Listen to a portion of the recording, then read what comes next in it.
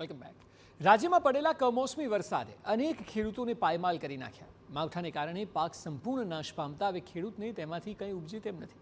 આથી લાચાર ખેડૂતો હવે તેમનો બગડી ગયેલો પાક પશુઓને ખવડાવવા મજબૂર બન્યા છે।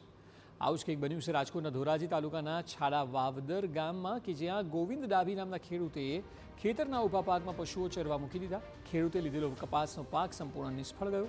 આથી ખેડૂતે તેમની 18 વીઘા જમીનમાં પશુઓ ચરવા છૂટા મૂક્યા।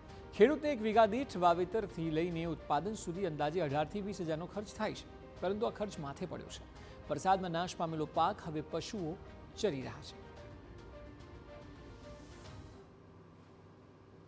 અમે હાલમાં અટાણે ખેડૂત રજા દીધી છે ખેતરમાં 18 વીઘાના કપાસમાં।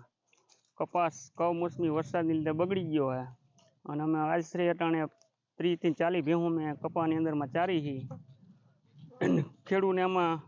ખેડૂતની ને માલધારીની હાલત બહુ અતિ ખરાબ છે। કોઈ ચારવા જડેમ છે નહીં, કોઈ માંડવીના ભૂકાથી હંધુય બગડી ગયું છે।